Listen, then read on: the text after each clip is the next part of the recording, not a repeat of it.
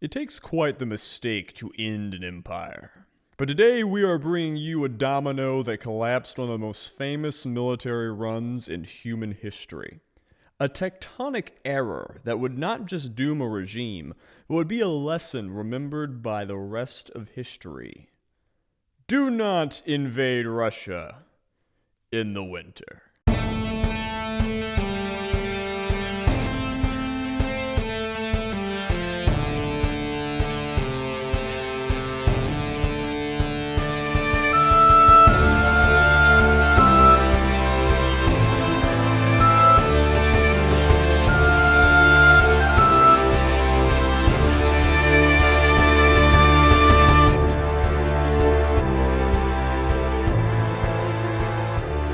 Ladies and gentlemen, welcome to the No One is Competent podcast, the Bunker Edition.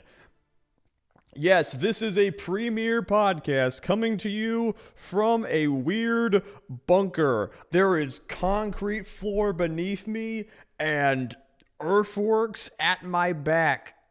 I am Azalea, the man raving, screaming at you now at our show about why everyone who's ever been in charge in history is worse at their job than you are at yours. And I am joined by Jay, who has... Hi, Jay. How are you doing today? I can't do intros now. I'm fucking... I'm doing well. My goose is... I'm pretty hyped for what is, I think, our first partially subterranean episode. I don't think any of us have ever been below ground level while recording before. It turns out that mole men are a lot hotter than you would think. The liberal media would tell you that the mole men are ugly and pale and non-fuckable. But let me tell you, that is far from the truth. I guess if we were doing our nuclear disaster episode or whatever, it would be more applicable to be underground, but I think it works well enough, regardless of topic. That would require us planning ahead, which we have never done. I'm not going to get into the specifics of why I am in my basement for today's recording, but it's very funny. I'm also eating peanuts today, boiled peanuts, because they are my comfort food. You ever had boiled peanuts, Jay? I have, yes. So, earlier today, I was in my room and I was thinking to myself, man, I'm really getting sick and tired of all this Napoleonic shit. I just want to get this series over with quick. I hope this episode is a nice quickie. And then the monkey's paw in the corner of my bedroom curled, and I was like, well, that's got to be great. You want to tell him why, Jay? Well, let's just say that this script ended up being a little bit like my Grande Armée. I said 15 pages! Look, when Leo Tolstoy, famously a rather good writer, when he decided to write a book about this war, he ended up with what is to this day the most famous example of a long novel. So in my defense, I'm in good company. Oh, man. Well, I mean, I guess it's not bad that we have to do more Napoleon, because apparently you hogs fucking love it. I like how they're like... God. Hundreds of members of our audience who just watch for Napoleon and just tune out whenever we talk about something else. The war episodes get... this podcast was not supposed to be a military podcast. It was supposed to be about failure, all right? Whenever I want to get fun and talk about the debt ceiling or baseball or something that's actually mentally stimulating, nobody wants to fucking click. It turns out what you people want is just lions led by donkeys, but worse. And now you're gonna fucking get it. Are we better researched than Joe Kasabian? No. Do we have more genuine grit than Joe Kasabian? No. Do we have more real-world experience than Joe Kasabian? No. Are we more depressed than Joe Kasabian? Absolutely not. Are we more Armenian than Joe Kasabian? Completely not. But can we be more shameless and stupid than Joe Kasabian? Possibly. So I guess that's just what's gonna have to fucking happen.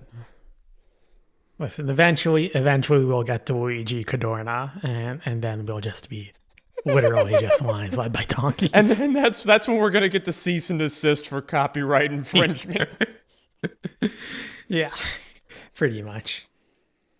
Okay, so to finish up our plugs before I forget, you can find me on Twitter at Azalea Wyatt and Jaharies on Twitter at Jaharies48. Put the A's in front of the E's.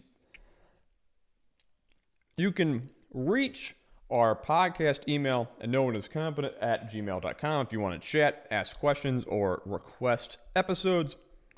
Today's is going to be a two-parter. That's what I was joking about today. Hopefully the next episode will not be out in 3 weeks. It'll be out a little sooner, but I mean, I don't control fucking time or fate or space, man. Like, what am I, fucking Monica? Like, shut the fuck up. So, what are we covering today, Jay? Where are we going up towards? And then what are our sources? So basically, we're going to be talking about the run-up to the invasion and then the course of the war from the crossing of the Nieman to the fall of Smolensk. The rest of the campaign, which includes the Great Battle of Borodino, the burning of Moscow, and of course the famous retreat of the Grande Armée, will be covered in our next episode. Which will be coming soon. Listen, Yes. people. There's no fucking ads on this shit. Oh yeah, let's fucking... Because we have been growing recently. 1,000 subs on YouTube, 10 reviews on Apple, and we are doing the Azalea is Hammered episode. It's up to you, people. It'll also be about Napoleon. That episode's just going to go on for so long and I get so drunk that I'm just going to invent 17 new slurs for the French. Yes. But before you do that, the sources for this episode are The Napoleonic Wars, The Rise and Fall of an Empire by Gregory Fremont Barnes and Todd Fisher. Borodino 1812, Napoleon's Great Gamble by Philip Haythornthwaite. The Campaign of 1812 in Russia by Karl von Clausewitz. The Effects of Infectious Disease on Napoleon's Russian Campaign by Lieutenant Commander Brian M. Allen. Napoleon's Logistics by Major Jake R. Jolenio, and Napoleon's Invasion of Russia at the website Napoleon, His Armies and Enemies. You read Karl von Clausewitz for this shit? A little bit. We'll get to why. Listeners, y'all are not going to understand how grave a statement I'm about to make, but Jay, that might be the most weeb thing I've ever heard you do. So we'll get to the why a little bit later.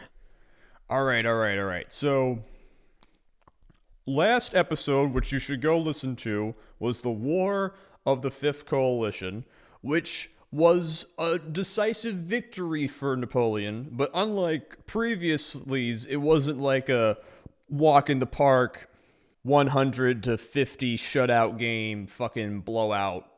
It was hard fought. But, you know, I mean, this guy, I thought he had a whole fucking continent on lock. I thought that, like, fucking he and Russia were friends after the War of the Fourth Coalition. What happened? Well, that's a good question. So I guess we'll just cover what Europe looks like after that war. So the War of the Fifth Coalition is in 1809. And that means that we are now entering a new decade. We're entering the 1810s. So the start of the new decade, like you say, sees France at the height of its influence and territorial extent. From Madrid to Warsaw, nearly the entirety of the European continent was knitted together in a series of alliances and client states revolving around the French Emperor Napoleon Bonaparte. Never since the days of Rome had so much of Europe been under one empire's control. France's main rivals, Austria, Prussia, Britain, and Russia, remained independent countries, but the strength that had driven the numerous anti-French coalitions of the 1790s and 1800s seems to have ebbed. Austria's attempt at striking back against the French in 1809, which we just mentioned, ended in another French victory. The resulting Treaty of Schönbrunn saw Austria cede a significant portion of its territory to France and her allies, that the Habsburgs remained a great power.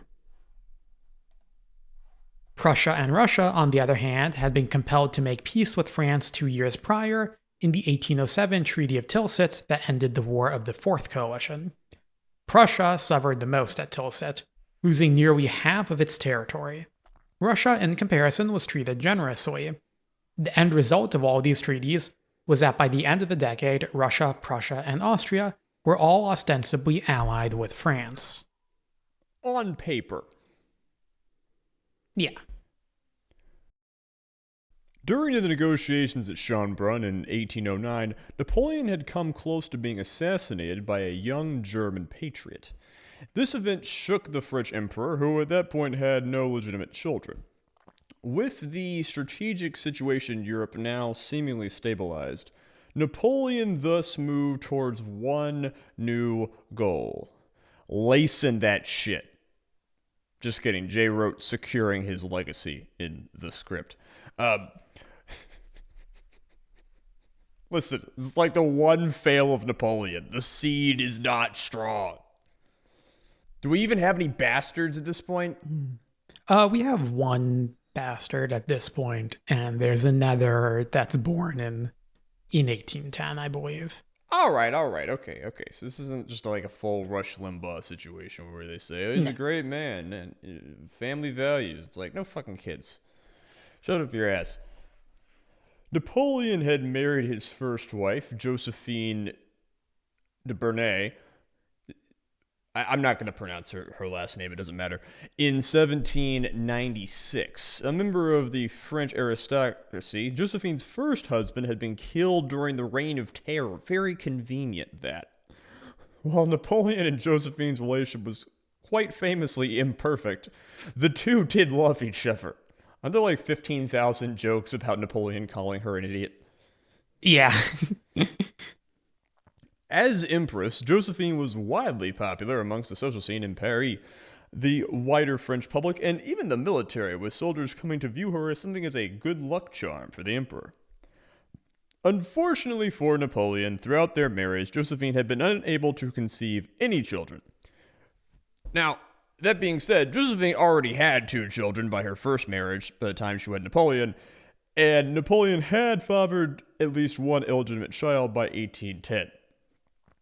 Feeling the need to have legitimate male heir, Napoleon finally divorced Josephine in January of 1810. We're doing an Anne Boleyn. This always ends well. Of course, in an era in which marriage was frequently used as a tool of diplomacy, this divorce opened up new opportunities for the French emperor. Napoleon had married Josephine for love. His second marriage would be for politics. A month after his divorce, arrangements were made for Napoleon to wed Archduchess Marie-Louise, daughter of Emperor Francis I of Austria. Now see, that was on the back of the paper in the Treaty of Schönbrunn. I want that one. It's really fucking gross. I bet this girl's like 14 or something, right? I don't remember exact age. She's pretty young. I think she's older than 14, though. Why? I think she's definitely older than 14. I just feel like every so-called great man of history is a creep, and it just churns my stomach. Anyway, the two were married by March of 1810, and little over a year later, Marie-Louise gave birth to a son.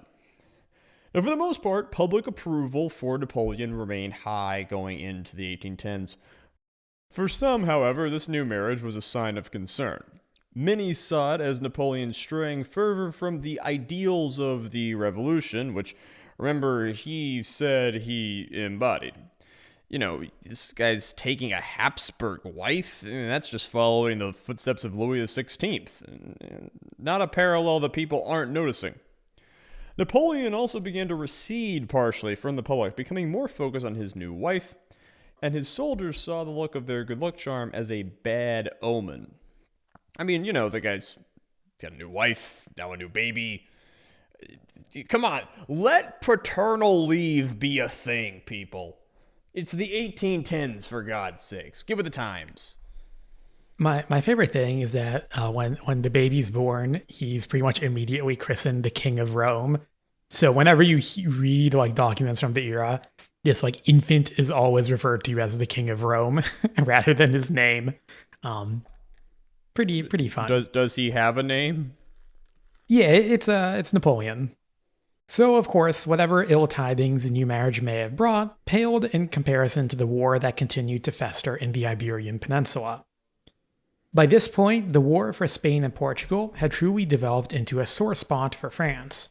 A campaign that was expected to result in a quick victory had been bogged down by continuous resistance from the remnants of the Spanish army and a rising guerrilla insurgency. Yeah, turned from a sore spot into a bleeding ulcer. Anybody? Yeah. Any money? Now, Shotgun sound heard in the distance. to make matters worse, the British had intervened, deploying an army to Portugal with the intent of keeping the anti-French resistance alive. To the surprise of many of his soldiers, Napoleon did not return to the peninsula in person following the conclusion of the war with Austria, but instead he remains in Paris with his wife. That's kind of what we're talking about, where like in previous years, you would have totally expected that, he's going to go back to Spain now that he's done with Austria and he's going to sort things out.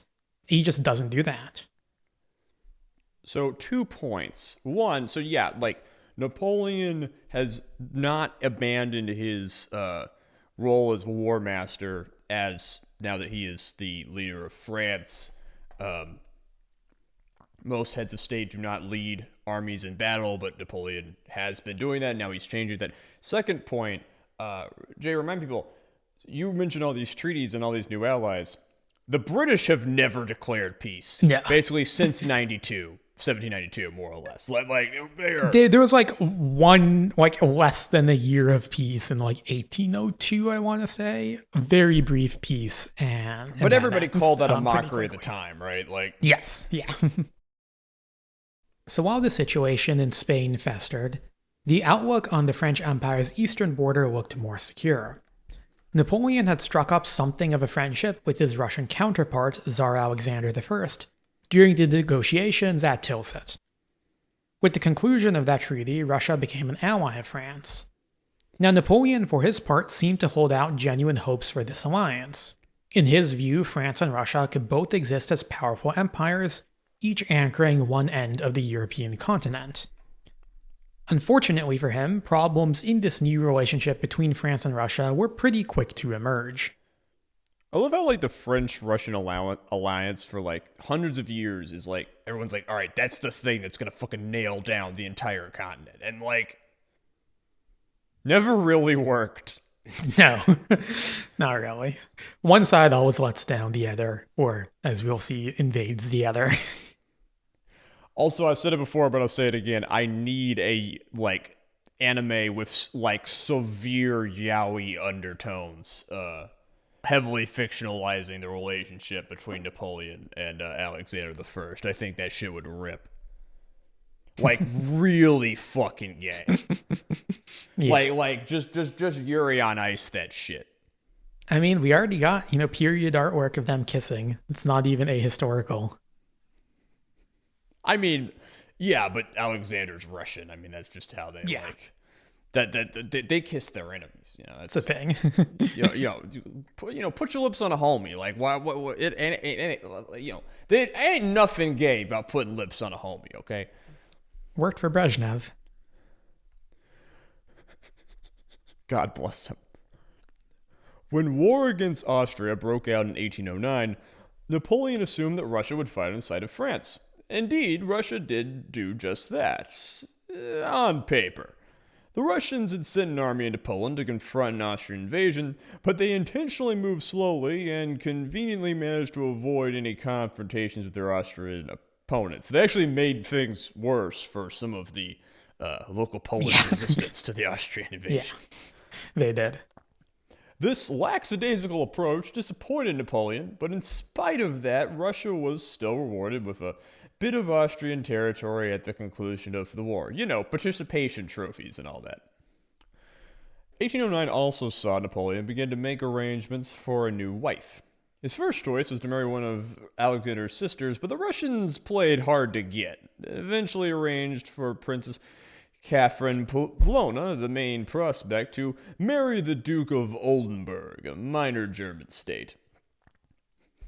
Napoleon responded by annexing Oldenburg into the French Empire, a violation of one of the terms of the Treaty of Tilsit, and arranging for the aforementioned marriage with Mary Louise of Austria. That is some salt. That is some A-grade salt. That is fucking that is Waffle House hash brown salty. Okay, that is pickled fish salty. That is saltine crack. Jesus Christ, man. The reason for Russia's refusal of a marriage alliance was that the Russian aristocracy was still deeply distrustful of Napoleon, who they viewed as a usurper and a threat to the conservative order of Europe, because he was. Yeah. It should be mentioned that, like, the rest of the French, Bourbons are, like, living in Russia for the most part at this point. Yeah, and they're saying that this, like, you're going to let this Corsican dog marry one of your noble sisters? Like, and they're saying all of the classist and racist shit they always say. Now, chief amongst Napoleon's detractors in St. Petersburg was the Tsar's mother, Maria Ferdinova. Is this Paul's wife? Yes. Yeah, well, we all know how that bodes well. And she wielded a considerable amount of influence at court. For Maria, the thought of one of her daughters wedding Napoleon was utterly anathema to everything she valued. Nonetheless, the distaste the Russian nobility held for Napoleon could have potentially been overcome if not for two factors, those being the Duchy of Warsaw and the Continental System. The Duchy of Warsaw was a Polish state created out of mostly Prussian territory following the conclusion of the War of the Fourth Coalition. Now, the duchy was not a fully independent state, it was a client state of France, but it represented the best hope for a return of independent Poland following the partitions of the 18th century. Its creation, however, infuriated Russia's leaders, who viewed it as French meddling in Russia's backyard. The Continental System, meanwhile, was a trade embargo of Britain, designed to put enough economic pressure on the British that they would sue for peace. This embargo had already led to one war. Portugal's reluctance to join the embargo, and Spain's inability to enforce it were major factors behind Napoleon's invasion of the Iberian Peninsula. In Russia, which was forced into the Continental System in 1807, the loss of trade with Britain proved to be highly detrimental to the economy. Russian merchants were used to selling raw materials, such as timber and fur, to the British, and buying goods from them, such as sugar and coffee.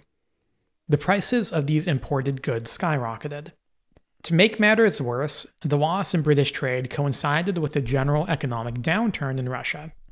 And feeling the pressure, the Russian government began to tolerate smuggling of British goods, before finally leaving the Continental System altogether and resuming open trade with Britain in 1810. For Napoleon, this was the final straw, a sign of Russia's intent to break with France.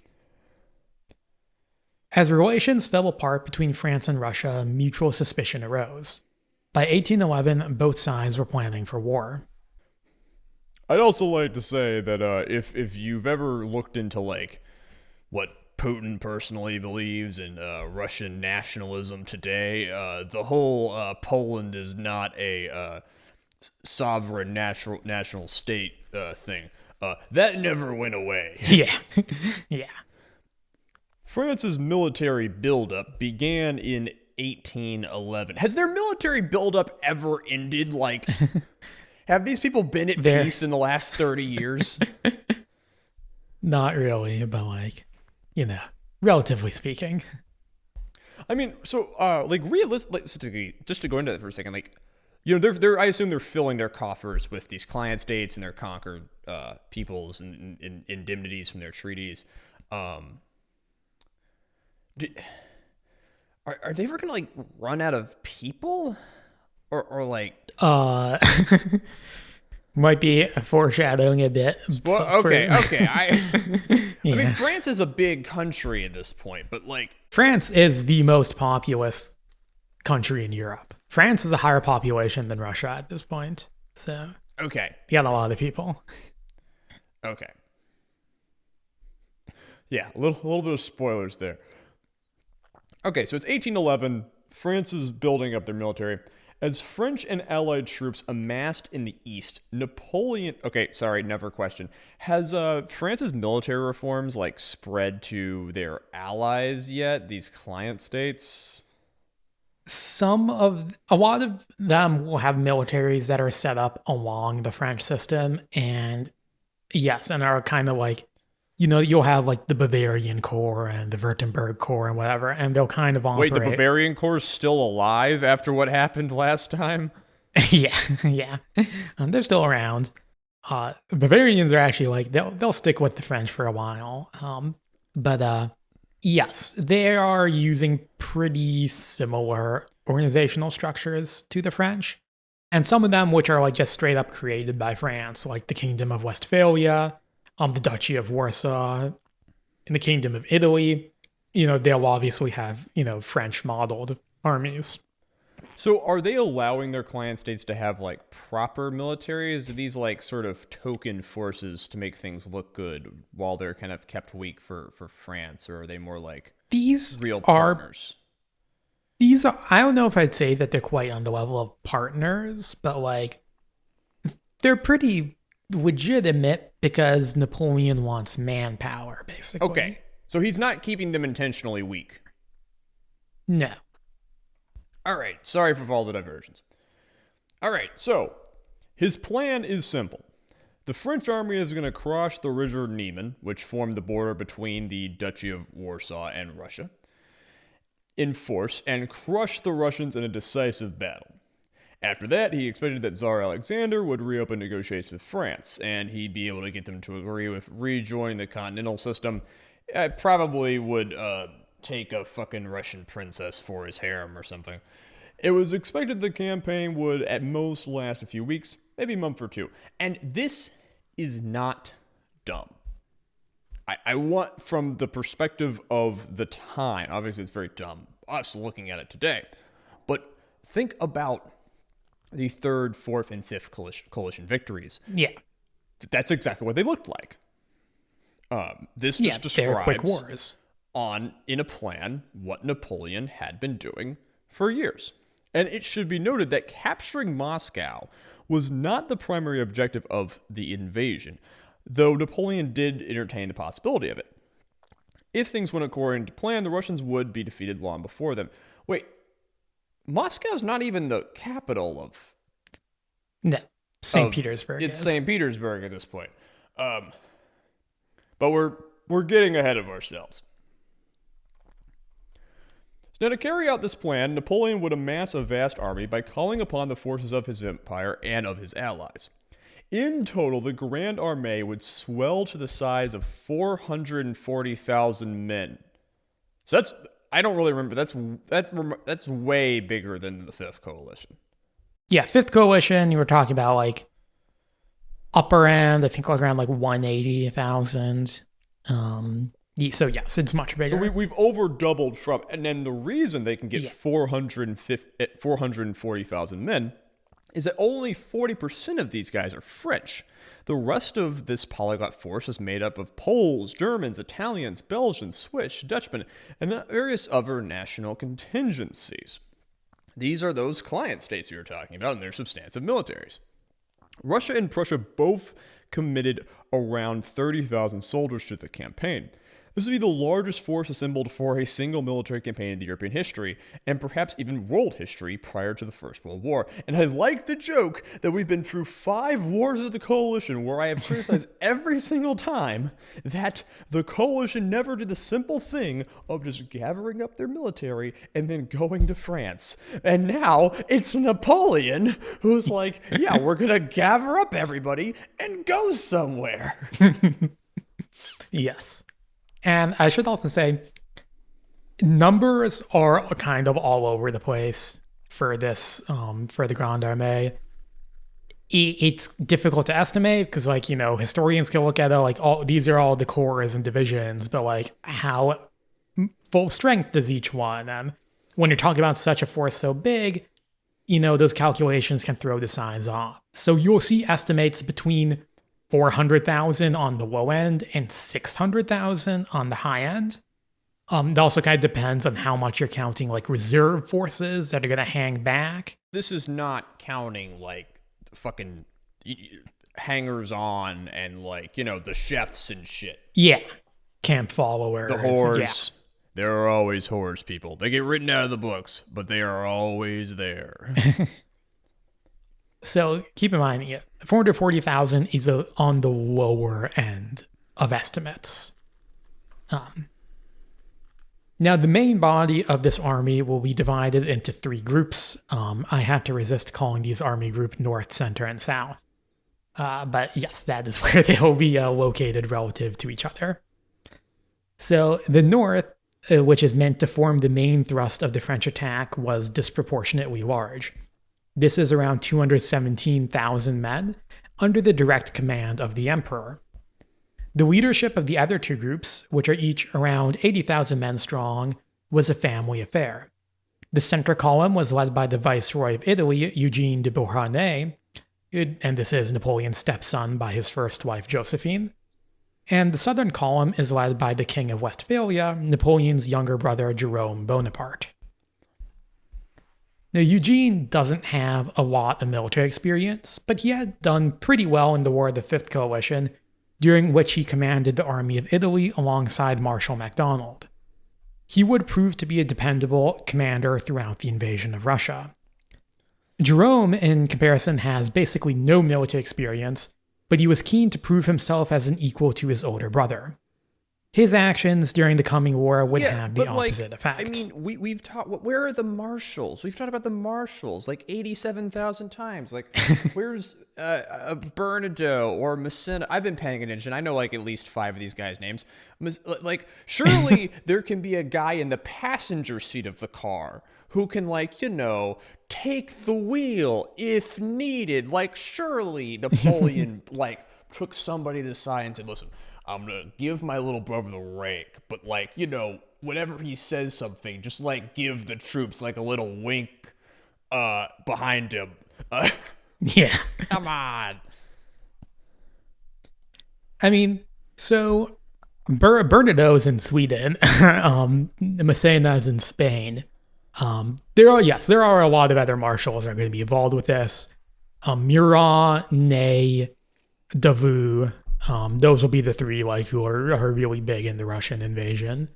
Eugene, when he was in Italy, he was working a lot with Marshal MacDonald, and like I said, Eugene genuinely did pretty good during the Fifth Coalition. So I think he's trusted at this point to lead an army, and probably rightfully so. I mean, there are a lot of people who today will say that one of Napoleon's mistakes is divorcing Josephine, when he should have just named Eugene as his heir, because Eugene is one of Napoleon's most competent relatives, even though he's not related by blood. We've already seen in the Leclerc expedition, Napoleon's relatives fucking up. One of Napoleon's character flaws is that he's very trusting, or he's very able to be pushed around by his family. His siblings and their associates can actually kind of push him around and make him do things. And we will see that is not always a good thing. Yeah, so the Jerome decision is just kind of baffling, especially as a person who's a self-styled meritocrat. Yeah. Jerome is very hard to explain. It's a big fuck up putting him in charge of anything. But I don't know. I guess, Napoleon he does love his family, for whatever character flaws he might have. And I think that leads to a blind spot when it comes to trusting them too much. Anyways, so these are these 3 columns. They'll be the main body of the army, the main thrust. You then have 2 smaller armies along the flanks. In the north, you have Marshal MacDonald, who's in charge of French and some Prussian forces, and they're basically going up along the Baltic coast. And then in the south, you have an Austrian force under General Schwarzenberg. And they're basically just there to protect the flanks. And to like be clear, while all of this is going down, France is still fighting in the Iberian Peninsula. So this isn't even technically their full power. Yeah.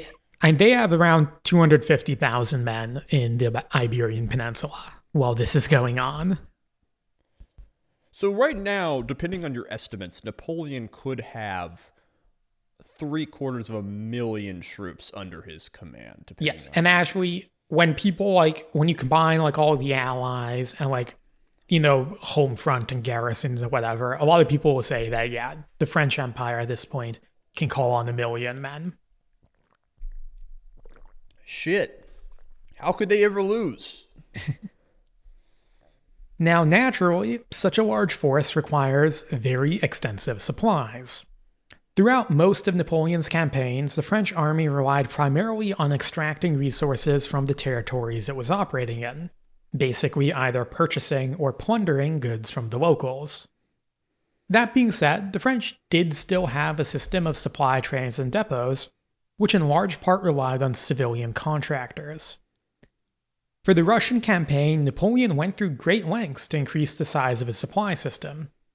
Depots were enlarged, civilian firms were contracted en masse, and the number of military transportation battalions was increased from 7 to 26. In spite of this, the size of the army was so vast that this support system would not be able to sustain it on its own, even under ideal conditions. I'm just getting PTSD flashbacks from Operation Barbarossa. Which I know is further down in the timeline, but probably doesn't involve less ox carts.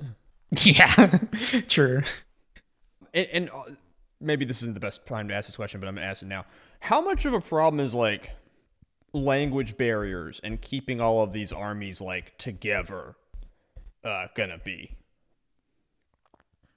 Like, even with the French organizational system, like, Yeah. They got a lot of people in a lot of languages. It'll be a problem when it comes to discipline. It'll also slow down the army a bit.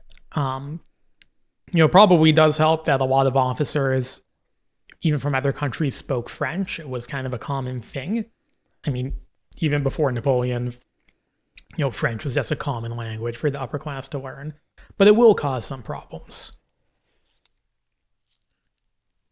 Okay, so the sheer size of the Russian Empire presented the French with potential difficulties that they really never had to face before.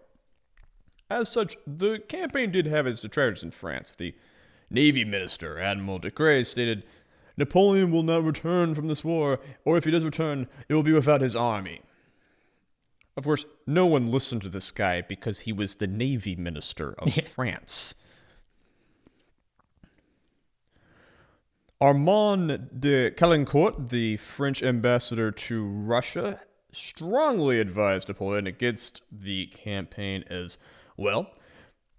Caulaincourt would later accompany Napoleon into Russia, and his memoirs would serve as an important primary source for the invasion, one that I'm sure are not totally dotted with "I told you so's." Actually, on that point, his memoirs were apparently very popular with German officers during Barbarossa. A lot of them were just like carrying around, translations of them, either trying to figure out what they could do to avoid Napoleon's fate, or basically, I don't know, just like doom scrolling once things start going bad for the Germans. That is the definition of mental self-harm right there. In addition to Russia's sheer size, recent campaigns fought by the French have revealed certain causes for concern. During the War of the Fourth Coalition, French supply lines had become dangerously strung out, with the army operating near its limit by the time of the decisive Battle of Friedland. Had that battle not occurred when it did, the army would have suffered greatly. Meanwhile, the War of the Fifth Coalition showed the potential resiliency of Napoleon's enemies. The Austrians had fought on, with the two largest battles of the war taking place after the fall of their capital. The ongoing Peninsular War was showing the problems that stiff local resistance could cause for the French army. Foraging parties were vulnerable to guerrillas and irregular forces, and the more supplies an army extracted from an area, the more unpopular it became. Because people don't getting looted and raped. Finally, the Haitian Revolution had shown the vulnerability of French forces to disease in unfamiliar territory. As it would turn out, all 4 of these vulnerabilities would display themselves during the invasion of Russia. Still, Napoleon was unswayed. He had defeated the Russians before, and meant to do so again. He would not passively wait for the Tsar to invade French territory, but would instead take the fight to him. Napoleon had taken on seemingly impossible tasks throughout his career, and for the most part, he had always come out on top. He did not believe this invasion would be any different. And maybe he shouldn't have believed this invasion would be any different. Maybe you wouldn't have believed it would be any different if you were in his boots. Jay, before I hand it over to you again, I kind of just want to talk about this, like, the logistics. We cannot stress enough. There ain't no trains, people. No. And the roads ain't that good. Like, even if you've got, like, fucking wagons. I'm kind of imagining Oregon Trail shit. Like, wagons and carts and horses and oxen, donkeys and shit. And people, to be fair. Just trucking. Like, you're going through France and Germany and Poland and Ukraine before you even get to Russia. Yeah, I mean, his army, for context, is bigger than, like, the Unions and Confederates combined during, like, the Gettysburg Campaign or the Overland Campaign. And those are armies which are supported by railroads and steamships. And Napoleon is doing all this with logistical technology, which fundamentally has not changed since the Middle Ages. You know, his logistics are horses and men. You know, the French Revolution brought a lot of, like, organizational reforms, and they make a lot of stuff more efficient, and that goes a long way. But ultimately, there's only so far that can go. So in the Second Coalition War, the Russians made it to, like, Austria, Prussia-ish. Yeah. Their army. Oh, yeah. And Switzerland. How did their logistics do? It helps that they were much smaller forces and much smaller armies. A lot of that would have been marching through friendly, you know, allied territory.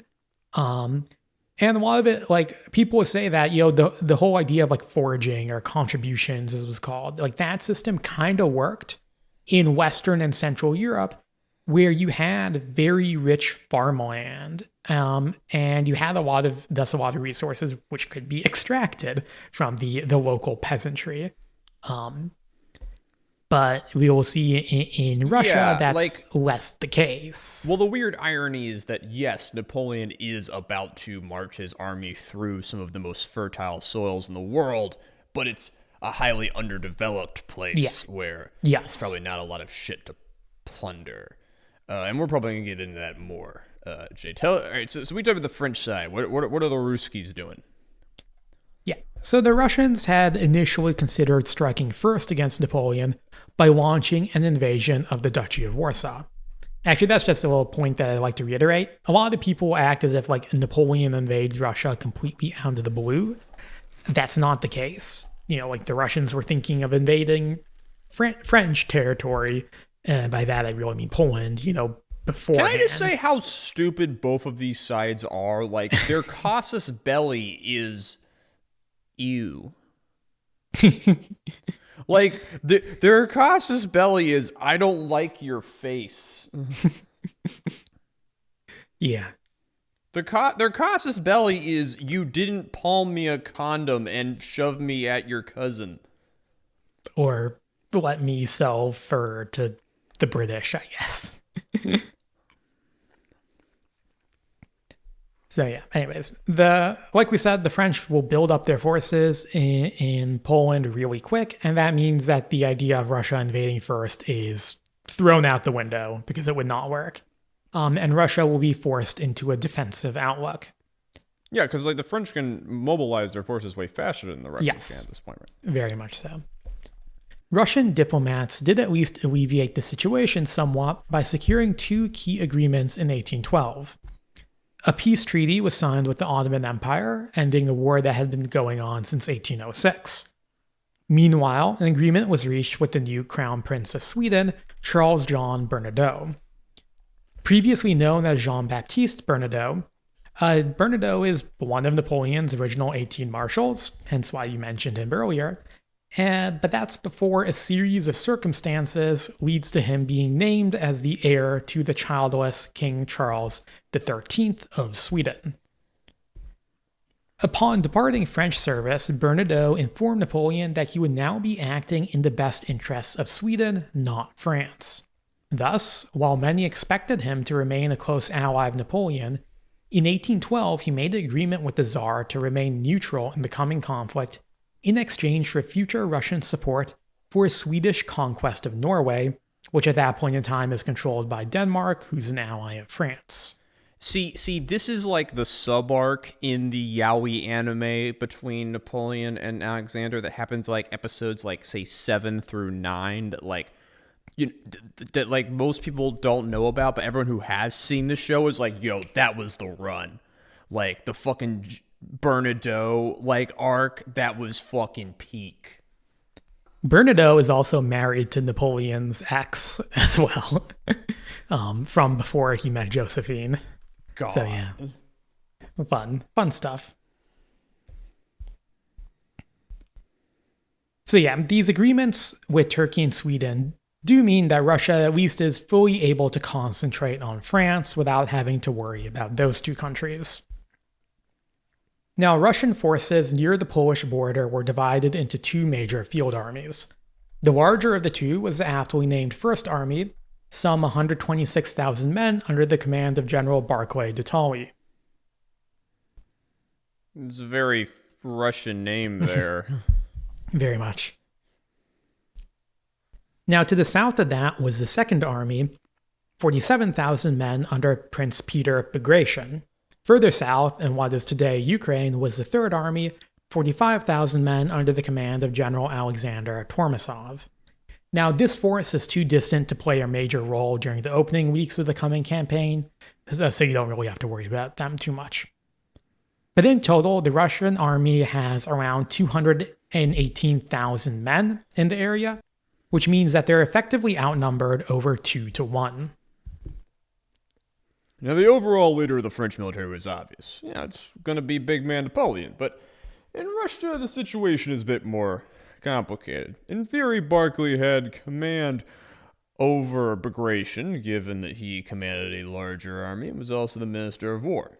Bagration, however, had a higher rank than Barclay. Making matters worse was the fact that Barclay and Bagration, of course, disagreed on how best to use their forces because no one is competent. A member of the Bagration dynasty that had ruled Georgia since the 19th century, Prince Bagration had a reputation as a brave and dashing commander. You know, everyone from Georgia is famously quite brave and quite dashing. A military hero in the classical sense, Bagration favored an offensive strategy, seeking to defeat the French in battle as soon as possible in order to spare the countryside from destruction. In comparison to Bagration, Michael Andros Barclay de Tolly had relatively humble origins despite his name. Barclay's family was of Scottish Norman ancestry, obviously, but had long since settled along the Baltic coast in what is today Lithuania, and has joined the ranks of the petty German-speaking nobility in that area. This land was part of the Polish-Lithuanian Commonwealth at the time of his birth at 1761, though it would later be absorbed by Russia during the partitions. Barclay followed his father into Russian service and made his way up the ranks as a reliable officer before being named as Minister of War in 1810. Barclay advocated for a defensive strategy, akin to the famous Fabian strategy of ancient Rome. Because, remember, all of these guys are weebs for the Roman Empire. Every single one. According to this strategy, the Russian army was to retreat, destroying its supplies in its wake, and thus depriving the French of forage. Only once the French had been weakened through the attrition would the Russians counterattack and then drive them back. Yeah, we'll get to it a little bit later, but Barclay will constantly be viewed as a foreigner by a lot of his Russian counterparts, because you do have this is sort of like the beginning of a lot of like the nationalism that is around in a lot of places in the world to this day. Whereas Barclay is an example of a type of officer who is very common in Russian service, in that he's like not ethnically Russian whatsoever. There are a lot of those guys in the Russian army. There are lots of Germans and French and whatever. Yeah, but that's true across Europe, right? Yeah. Like, these guys Yes. kind of get... Listen, these Scots and Germans and Belgians and whatever, they get fucking, like, traded around like, like fucking Magic the Gathering cards. One of the marshals we've been mentioning is literally named MacDonald because his family is from, I believe, either Ireland or Scotland. But you're starting to get to the point where like now these guys are kind of being seen by a lot of like patriots as being like, oh, like they're kind of like foreigners or they're not true Russians. And Barclay will get hit with that, which is a little bit funny because, like I said, his hometown is annexed by Russia. So it's like, even if he didn't want to be a part of Russia, he kind of is. But yeah. That's actually honestly kind of what happens with Napoleon. Corsica is only annexed by France, like right before Napoleon's birth. So Tsar Alexander could have used his authority to clear up the situation, but failed to do so, possibly out of a desire to not anger any faction of the army. Never change, Russian czars. Never fucking change. This is pretty understandable considering that his dad was dragged out of bed and killed by a bunch of generals. So yeah. So prior to the outbreak of war, Alexander will support a plan that's created by one of his advisors, a guy named Karl Ludwig von Fall. Fall's strategy involves Barclay falling back to a defensive position at Drissa, and then holding Napoleon's forces while Bagration attacks from the flanks. You know, it's your classic hammer and anvil kind of strategy. Now, as the Russians receive reports on the sheer scale of the Grande Armée, this plan is discarded, leaving the Russians with no overarching plan for the defense of their nation. Okay, so wait, help me visualize this. So, like, are they, like, is Barclay and Bagration, like, are they in the field and they just get a report like, yo, shit's fucked, they got a lot of homeboys with them, we don't know what to do? Were they getting their militaries into, like, formation and then, like, that got scrapped, or they moved somewhere else? Like, wait, what? It's before the invasion begins. You know, they kind of receive word that, like, the French have a shit ton of men. This whole, like, fall plan is probably not going to work, so you kind of just have to play it by ear. Which we'll see what they do. But yeah, they don't have, like, a clear overarching strategy. In their defense, like, Napoleon doesn't have a super clear strategy either, because that's not how Napoleon really worked. He's just Napoleon, going. yeah, he would just go and then rely on exploiting opportunities he created. Yeah, the technical term for the French strategy is a yeet. And so our final question before we just go to the invasion. Has this happened before? Like, has anyone trucked a army even close to this size all the way across Europe before? Like, This size, no. in human history? No. Even half this size, like, or even a quarter, like. A quarter, maybe. Like some of, like, you know, like the Fifth Coalition, the Fourth Coalition. Like, you got some pretty big armies, but like this size, Going this far. Going this far is pretty unprecedented. So yeah, it's we will see the ramifications of that. Yeah, just to give you also, and this is how invincible Napoleon feels, that like, and on one hand, when you see the amount of men under his beck and call, like, you can understand how he got that way, but, ooh. So in April of 1812, Tsar Alexander issued an ultimatum to France, demanding the withdrawal of French forces from Poland and Prussia. The response, as expected, was war. Joining his army in Poland, Napoleon announced his intent in a proclamation to his men. Quote, "Soldiers, the Second Polish War is begun. The first terminated at Friedland, and at Tilsit Russia vowed an eternal alliance with France and war with the English. She now breaks her vows and refuses to give any explanation of her strange conduct until the French eagles have repassed the Rhine and left our allies at her mercy. On the night of June 23rd... Wait. Yeah. I have to tell the audience that the phrase, until the French eagles have repassed the Rhine, is like just the most blatant comparing yourself to the Roman Empire reference possible. Like, you can't, he's such a fucking dweeb. Jesus Christ. You love to see it. You do actually love to see it.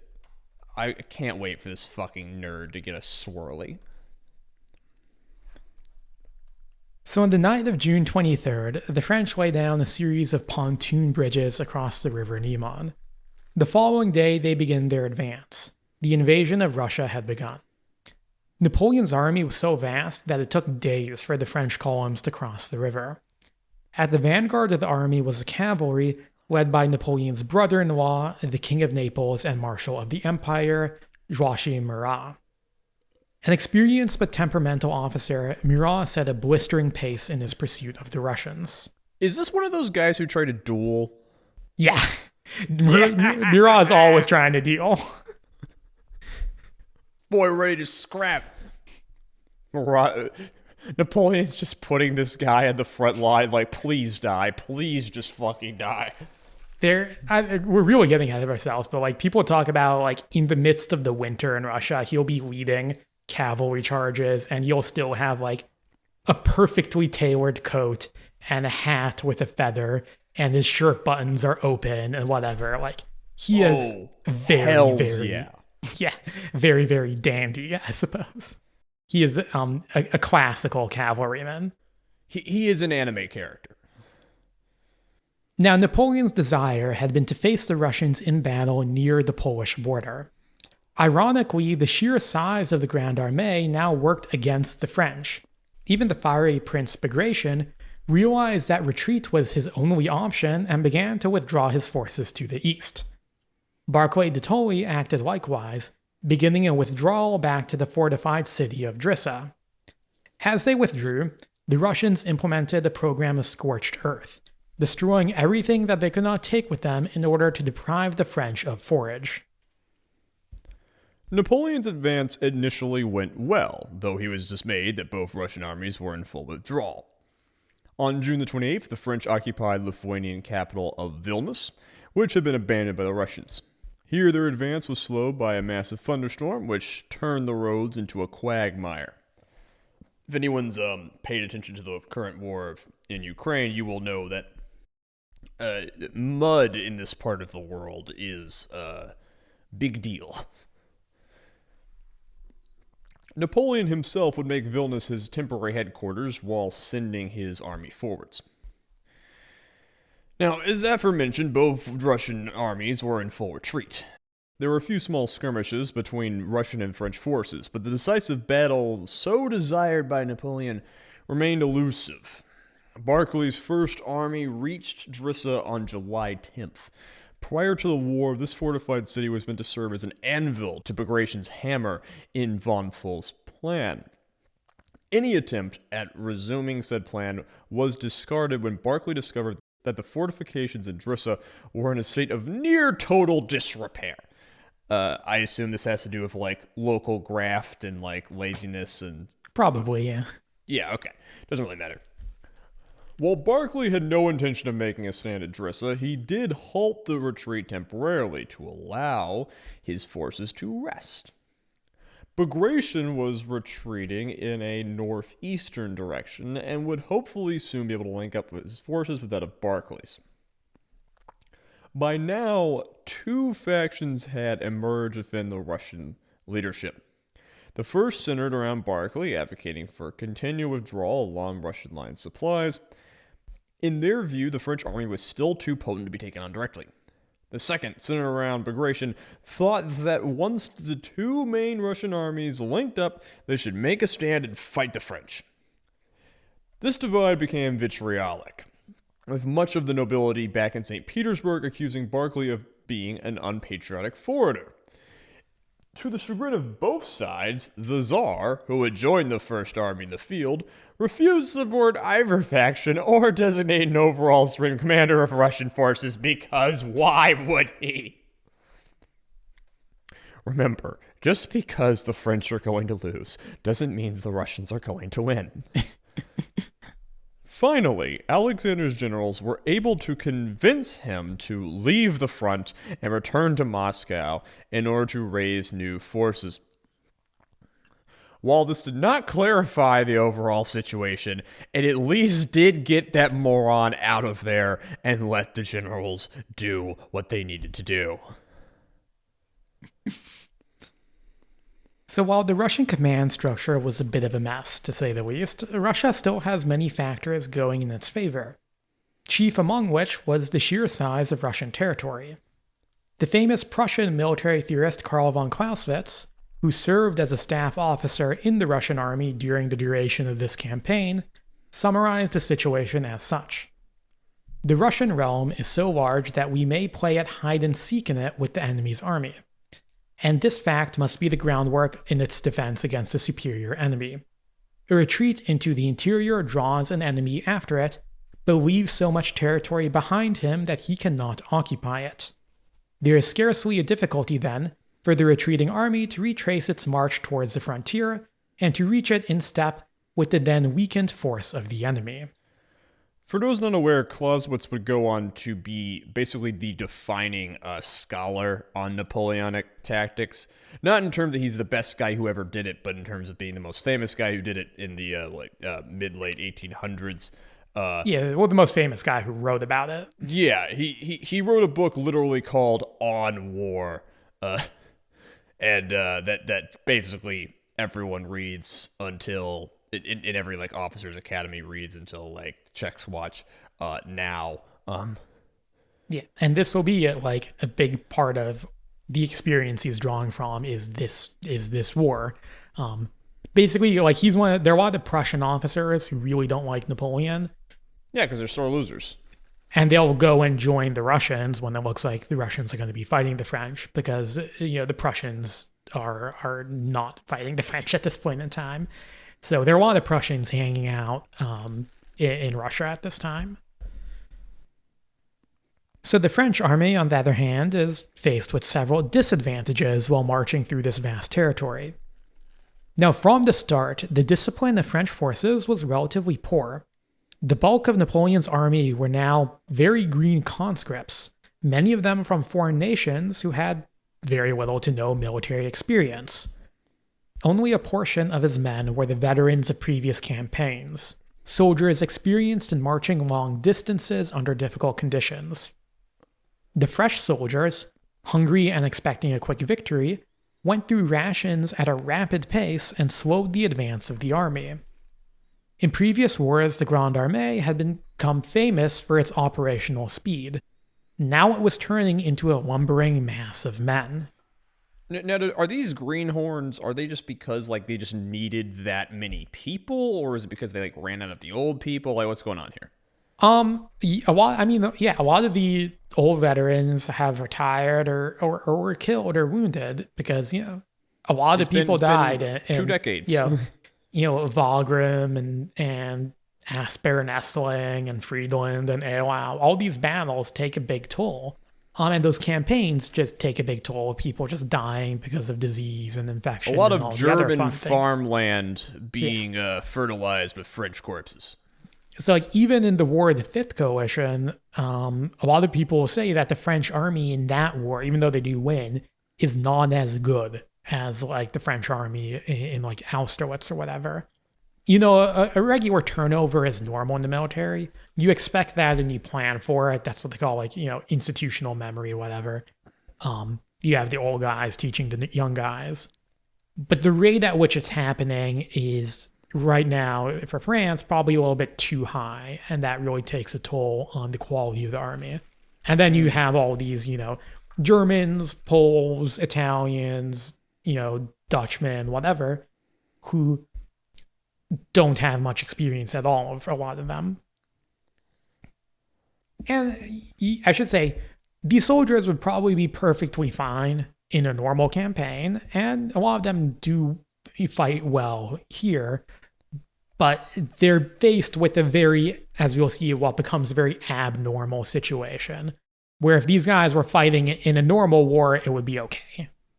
They have just marched across a continent. Yeah, yeah. Russian infrastructure, or the lack therefore of, also inhibited the French.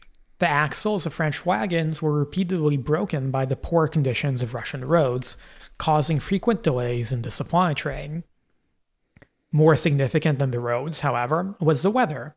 Temperatures soared in a heat wave at the start of the campaign, causing widespread heat stroke and dehydration. Wait, Jay, you told me it was okay to say at the beginning of the podcast that you shouldn't invade Russia in winter. Why'd you let me do that? Why?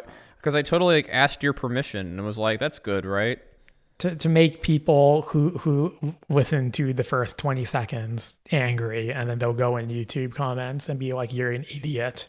They invaded in June. They didn't invade in the winter. I did that without his permission, folks. I just fucking wrote that because I thought it sounded cool. There will be winter, all right? Shut up. No. Yes. So relief came only in the form of the frequent thunderstorms, storms which also caused chills and ruined roads. All of these factors combined to attack the general health of the French soldiers. As the Russians withdrew, they left little in the way of food or clean water in their wake. A sergeant in the French army described the situation they were faced with.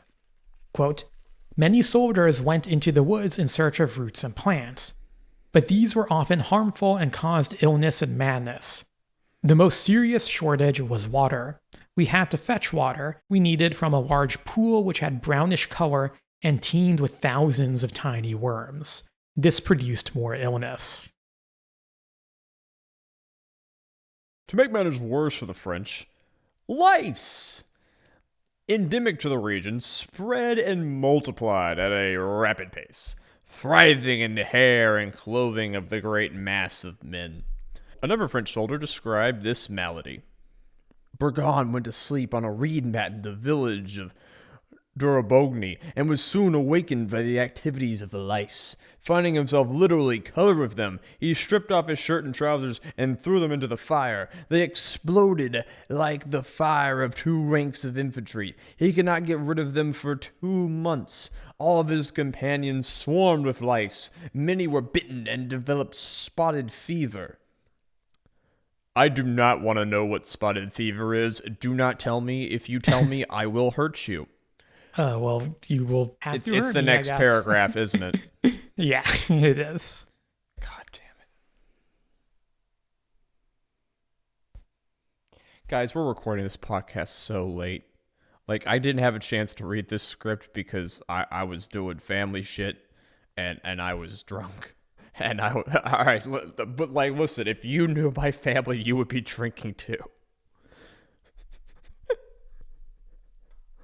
They're upstairs watching The Good Place right now. Have you ever seen The Good Place, Joe? Jay, I feel like you would like this show. I've seen season 1. I liked it. I've been meaning to watch the rest of it. I just haven't. Rewatching some of the first episodes, whoever Cheaty's actor is immaculately dressed. Like, yeah. When I first watched the show, I didn't have a good enough grip of male fashion, but that man had drip. Like, whoever did the costuming, just no notes.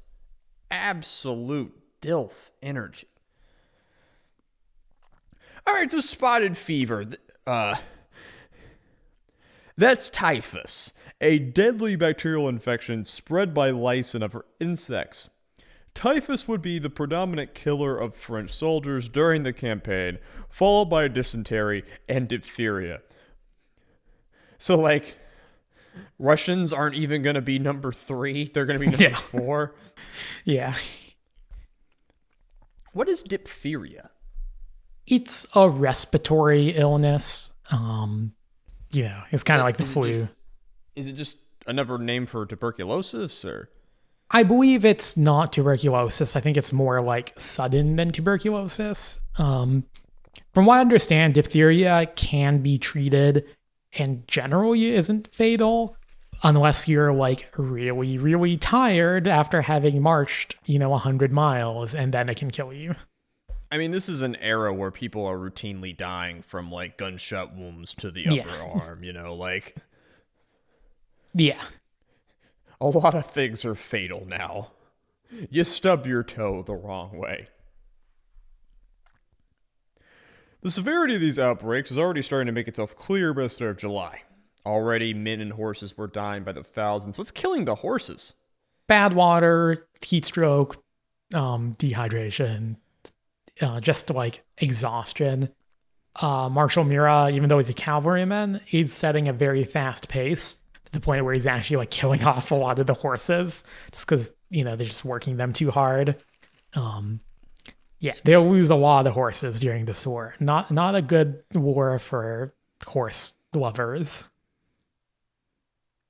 They're gonna be eating the horses, aren't they? Yeah. Yes. Gotta get used to it now. The Russians, for their part, they were the fourth leading cause of death. They're adding to the misery through continuous harassment. Here, the famous Cossacks came to the forefront. Descendants of semi-nomadic peoples from the steppes of southern Russia and Ukraine, the Cossacks were given considerable autonomy within the Russian Empire in exchange for their military services. In general, if you ever are given the opportunity to pick a fight with nomadic or semi-nomadic peoples from mid-Eurasia, I would recommend that you don't do that. Have you ever, heard Cossack choirs, Jay? They're fucking awesome. They got, whistles and shit. You got, 80 men just, singing about how they're all gonna die getting shot off their horse, and they're so fucking happy. That sounds about right. Thanks to their long equestrian tradition and sturdy horses, the Cossacks made for excellent light cavalry, specializing in riding and harassing the enemy. Scouts, foraging parties, and isolated units all fell prey to their attacks. The mere hint of their presence was enough to cause fear amongst the weary French soldiers. And these guys have no entertainment other than just sit around the campfire and talk about how these weird niche ethnic groups are gonna fucking eat their livers and shit, Yeah, another fun thing, the Russians in very small numbers will also employ some horsemen from the Far East who are actually still using bows. So you will still have a handful of horse archers during this war. I have no doubt that the Mongolians wouldn't do half bad. Or the Tajiks, or whoever the fuck it is. So as the French make their way deeper into Russian territory, the Cossacks are joined in their attacks by civilian militants, the partisans. Now, the Russian nobility was traditionally pretty averse to the idea of arming the peasants, given, the whole risk of a peasant uprising. And indeed, many of them had feared that Napoleon would free the serfs during his invasion. This fear was largely unfounded. Napoleon went into this campaign wanting to win a military victory and then cut a deal with the Tsar. Starting a mass peasant uprising in Russia would kill any chance he had of reaching an agreement with the Russians. And that's the funny thing, right? Napoleon sees himself as the new best scion of the ruling class. And the ruling class of Europe sees him as a dirty peasant who's going to put all their heads on pikes. And both of them are wrong. Yeah, Napoleon is less revolutionary than the Russian nobility think he is. He will do things I will say Napoleon does have a record of helping minority groups and traditionally oppressed groups when it's politically advantageous to him. The Jews in Italy receive a lot of new rights under Napoleon. Sure. And the Poles, which we've talked about, receive a quasi-state thanks to Napoleon. But it's all about really benefit. We talked about Haiti and how he was totally fine with reinstating slavery there when he thought it would benefit France. And here, where his goal is to just make a quick deal with the Tsar, his goal is not to start a revolution, he's not going to care about the serfs. In any case, the destruction caused by Napoleon's hungry army as it picked the countryside dry quickly turned the peasantry against the French. Orthodox priests, like their Catholic counterparts in Spain, whipped up an intense religious fervor, spurring on their congregations to resist the godless invaders. And if you think Catholic peasants are gonna be intense, you ain't seen nothing till you meet the Orthodox peasants. Throughout the path of invasion, peasants formed armed gangs to resist the French. The Russian military exploited this, detaching men from the cavalry to join with and lead these partisan fighters. Together with the Cossacks, these partisans wreaked havoc and spread fear throughout the Grande Armée. Anyways, in early July, Napoleon, who, just to go back a bit, he's still in Vilnius right now, that's his temporary headquarters, he devises a new plan for the purpose of bringing the Russians to battle. Barclay and Bagration were yet to combine their forces, so Napoleon decided to trap the Georgian prince in a pincer movement to be carried out by his brother Jerome, as well as Marshal Davout. Jerome's army was slow to move, however, and he failed to keep Napoleon updated on his progress. Jerome also quarreled with his subordinates, eventually firing his corps commander, the experienced General Van Damme.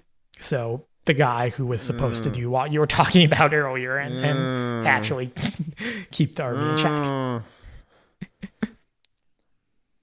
So when Napoleon finally receives this news from Jerome, he sends back a very angry letter berating his brother for his ineptitude and ordering him to resume progress towards Bagration. Jerome will sit around for a couple of days before he does this. Literally pouting. Yeah. So Napoleon also sends a letter to Marshal Davout, informing him that he is to take overall command of French forces once a battle with Bagration becomes imminent. Literally take the controller from my brother's hands. Bro, How old is Jerome, by the way? Jerome, he's not that old. He's one of the younger brothers. I don't know exactly. But even Napoleon's not that old at this point in the grand scheme of things. So he's in his 20s, I want to say. Jerome in Westphalia, it's his kingdom in Germany, becomes pretty infamous for he wants his court to rival the court in Paris. So he will spend all the treasury just on the luxuries to make this tiny little capital, rival Paris. Fun guy. So, in spite of Jerome's slowness, by July the 12th, the French were in a pretty good position to move to attack Bagration's army. So, the battle seems imminent. And that means that now Davout will send word to Jerome informing him of Napoleon's instructions. Insulted that he was being made a subordinate to Davout, Jerome angrily resigned his command and departed from the front, leaving no instructions to his subordinates. The delay caused by this action allowed Bagration's army to slip away and continue its retreat. With Bagration slipping from French hands, Napoleon shifts his focus back towards Barclay's First Army. Literally threw the controller and went home. Yeah. Jeez. So the French pursue Barclay as he retreats from Drissa, and they'll defeat a Russian rearguard at Ostrovono and capture Vitebsk by the end of July. In spite of this, Napoleon is unable to pin down Barclay's forces, and on August 4th, the two Russian armies united near the city of Smolensk. As the Russians settled in Smolensk, Napoleon enacted one more attempt to force them into battle. He sent a force under the command of Marshal Murat and Ney forwards in an attempt to cut the road linking Smolensk to Moscow. The French initially made good progress, but were then halted by stiff resistance from a Russian division at Krasnoy. With their options exhausted, the French settled on taking Smolensk by force. The Russians had set up position in the city, which was defended by thick medieval walls and positioned along the river Dnieper in such a way that complete encirclement was difficult. The French began their attack on the 17th of August, clearing the suburbs surrounding the walls and bombarding the city with artillery. The Russians held firm, pushing back two French assaults before nightfall. So is this the main force under Napoleon doing this, or? Yes. Okay, so they got a lot of guys. So on the Yeah. night of the 17th, Russian commanders at Smolensk debated on what their next course of action should be. Barclay wanted to retreat from the city, fearing the loss of his army if the French were able to cross the Dnieper and encircle it. Bagration strongly opposed this, as did the Tsar's brother, Grand Duke Constantine, who had joined the army as well. Bagration and Constantine abhorred the idea of abandoning yet another provincial capital. Side note, Constantine is like going to go down like in Russian circles after all of this as like kind of a hero of the army and like kind of loved by the officer corps, and I'm starting to see why, but that's Russian He history side is, note. and he is personally brave, and so is Bagration. Bagration will also be a hero. A favorite of Stalin for I don't know, Georgian reasons, but yeah, they're both viewed as heroes, and we will rag a lot on Bagration because I think his broad strategy is pretty bad in this case. But I think one thing to keep in mind with Bagration is that I think a part of it is that he does want to save the Russian people from suffering, and giving up land increases their suffering. And he is also, again, personally very brave and a very good tactical leader. He just has the wrong strategic outlook. Yeah, strategy versus tactics here is being a bit. But I mean, Barclay would also argue that he wants what's best for the Russian people. Yeah. Okay, so ultimately, Barclay prevailed and ordered the retreat. The retreat begins the following day, with a rear guard left to hold off the French, that is to say, die. The Russians destroyed as many supplies as possible on their way out. The French had managed to ford the Dnieper, causing a sense of urgency amongst the Russian leadership. I am proud of them for getting better at crossing rivers after the Fifth Coalition War. That shows real character development. They're real good at river crossings in the first part of this war. Yeah. In their hurry to leave the city, their men became strung out, with Barclay's men lagging behind those of Bagration. On the 19th, Marshal Ney's corps made contact with his force, because remember Marshal Ney was kind of sent around the side, and a small battle broke out. Another French corps under General Junot found itself in a good position to block off Barclay's retreat, potentially trapping the bulk of the Russian First Army. Without orders to attack and failing to appreciate the opportunity available to him, Junot failed to take the initiative despite being urged on by his fellow officers. As dusk fell, the battle ceased, and the Russians once again slipped away. The French had missed a prime opportunity to eliminate a large portion of the opponent's army. Is there like a reason given for this, Jay, or did he just like think that it was a bad time, or that he would lose, or? He didn't have orders, and he erred on the side of caution. Again, I don't think he really realized what was the opportunity he had, even though some of his subordinates and some of the other officers did. I think it's also something to do with the relation a lot of these generals will have with Napoleon. Napoleon is kind of weird in his man management, where he will often really chew out officers who take the initiative and it doesn't go well. The flip side is that he usually doesn't actually like punish them all that harshly, but he will be like very public and like chewing these guys out and calling them like complete idiots and like morons and failures if they take the initiative and it doesn't go well. So I think with a lot of these officers, you kind of sometimes have a fear of that. So just to point out, like, the first and second coalition wars were like half won by not Napoleon, other generals being good at their jobs, and like, wasn't like the first like major stuff of the third coalition totally done without Napoleon. At this point, this guy's got this massive like. No, I'm not gonna. We've had enough anime references for this episode. I'm not gonna talk about Fate Zero, but this guy's got a fucking whole host of badass generals and experienced tacticians under his command. But now he's starting to like centralize power around himself and like say you need authority, and he's chewing these guys out and like spiting their honor, which is like the thing that's most important to them in this world. That's interesting. Yeah.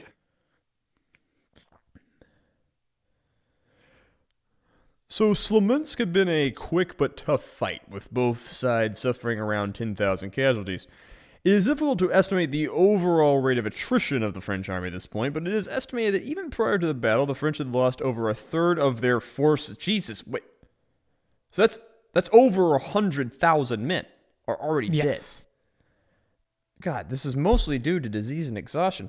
This, combined with the need to garrison captured territory, meant the main body of the army had shrunk in half, from around 370,000 to 185,000. When the war began in June of 1812, few men on either side would have expected that the French would be in possession of a city as deep into the Russian countryside as Smolensk by the end of August.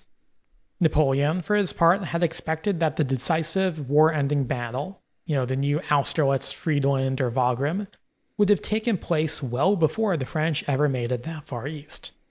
Meanwhile, even the more cautious Russian commanders, like Barclay de Tolly, had not planned on retreating so far deep into their own territory. By the end of September, Napoleon had lost up to half of his men. His line of supply back to Poland was stretched incredibly thin. Disease and exhaustion were exacting a steep price on the Grande Armée, and his soldiers were increasingly spending sleepless nights on the lookout for vengeful peasants and the seemingly omnipresent Cossacks. But the French had remained victorious on the field of battle, routinely pushing back their Russian enemies. With Smolensk in hand, and the end of the campaign season approaching, Napoleon was now faced with a critical decision. He could make Smolensk his winter headquarters and resume the offensive in 1813. The alternative course of action was riskier, but held a high reward. With Smolensk's fall, the road was open to Moscow. With the ancestral city of the Tsars in his sights, Napoleon would make the fateful decision to push on towards victory. It ain't even winter yet, folks. So I want to end this episode on a pretentious chess analogy, because I play chess, because I like hating myself. And by the way, I'm not that good. Though that's what everyone says about chess. If you say you're good at chess, it's because you're like, 400.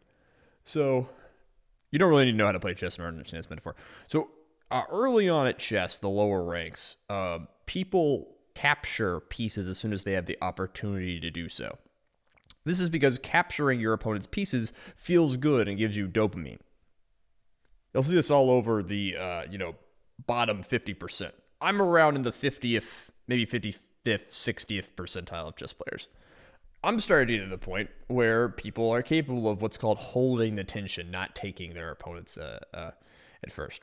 This is because sometimes taking everything isn't a great idea, even if even though it's hypothetically staying even.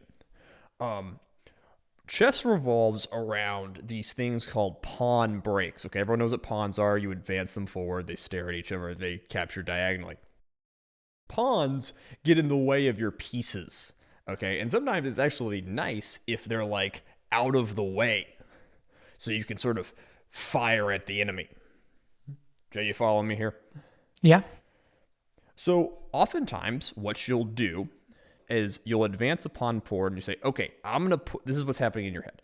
I'm going to push this pawn forward, and then they're going to take my pawn with their pawn, and then I'm going to recapture one of my pieces.